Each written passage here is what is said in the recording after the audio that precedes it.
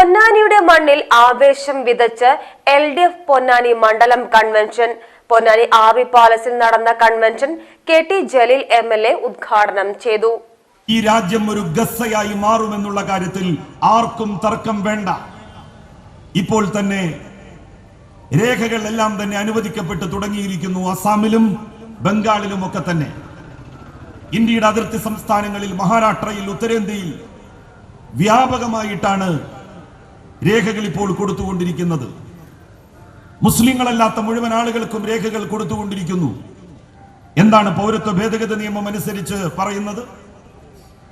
പാകിസ്ഥാനിൽ നിന്ന്, ബംഗ്ലാദേശിൽ നിന്ന്, അഫ്ഗാനിസ്ഥാനിൽ നിന്ന് ഇന്ത്യയിലേക്ക് കുടിയേറി പാർത്ത മുസ്ലിങ്ങളല്ലാത്ത മുഴുവൻ ആളുകൾക്കും പൗരത്വം നൽകും ഇന്ത്യ. മുസ്ലിങ്ങൾക്ക് മാത്രം പൗരത്വം നൽകില്ല. അവർക്ക് കാർഡ് നൽകില്ല, അവർക്ക് ആധാർ കാർഡ് നൽകില്ല, അവർക്ക് ഒരു തരത്തിലുള്ള ഇന്ത്യൻ പൗരനാണ് എന്ന് തെളിയിക്കാനുള്ള രേഖയും നൽകില്ല. അവരെ മുഴുവൻ രാജ്യാതിർത്തി കടത്തും. അവരെ മുഴുവൻ പിടിച്ചുകൊണ്ടുപോയി ഡിറ്റക്ഷൻ ക്യാമ്പുകളിലിടും. റോഡിന്റെ സൈഡുകളിൽ കിടക്കാൻ അനുവാദം കൊടുക്കാത്ത ആളുകൾ എങ്ങനെയെങ്കിലും ജീവിച്ചു പോകട്ടെ എന്ന് കരുതി ആഹാരത്തിന് വേണ്ടി പണിയെടുക്കുന്ന മനുഷ്യർ, അവരെ മുഴുവൻ ഡിറ്റക്ഷൻ ക്യാമ്പുകളിൽ കൊണ്ടുപോയി പട്ടിണിക്കിട്ട് കൊല്ലും.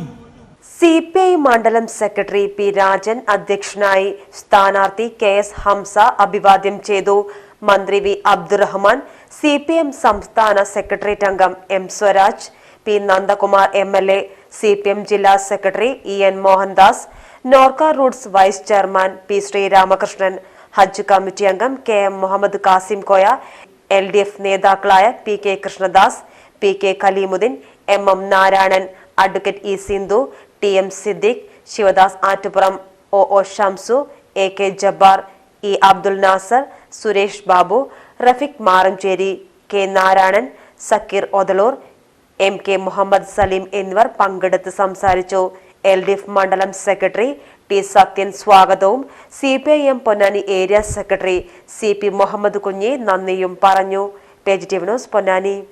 കേരളത്തോട് അങ്ങേയറ്റം കൊള്ളരുതായ്മകൾ ഓരോ ദിവസവും കാണിക്കുമ്പോൾ, സാമ്പത്തിക ഉപരോധം ഏർപ്പെടുത്തിയപ്പോൾ കേരളത്തിന്റെ പ്രതിനിധികളായി പാർലമെന്റിൽ ഉണ്ടായിരുന്ന 18 UDF MPമാർ പൊന്നാനിയും മലപ്പുറവും ഉൾപ്പെടെ ഒരക്ഷരം ഉരിയാടിയിട്ടില്ല.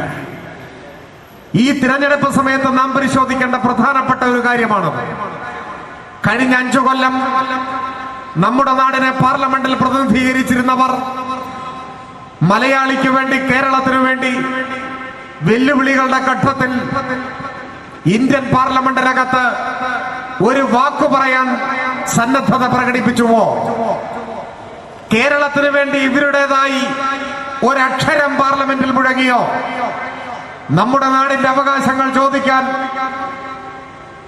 കേരളത്തിനെതിരായ നടപടികൾ നിരന്തരം സ്വീകരിക്കുമ്പോൾ അതിനെ ചോദ്യം ചെയ്യാൻ, പാർലമെന്റിൽ പ്രമേയം അവതരിപ്പിക്കാൻ, മോദിയുടെ മുഖത്ത് നോക്കി മലയാളിക്ക് വേണ്ടി വാദിക്കാൻ, പ്രതിഷേധം നടത്താൻ ഇവർ തയ്യാറായി.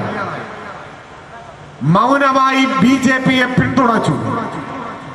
കേരളത്തെ ഒറ്റിക്കൊടുത്തു. മഹാപ്രളയം പോലെയുള്ള ദുരന്ത ഘട്ടങ്ങളിൽ പോലും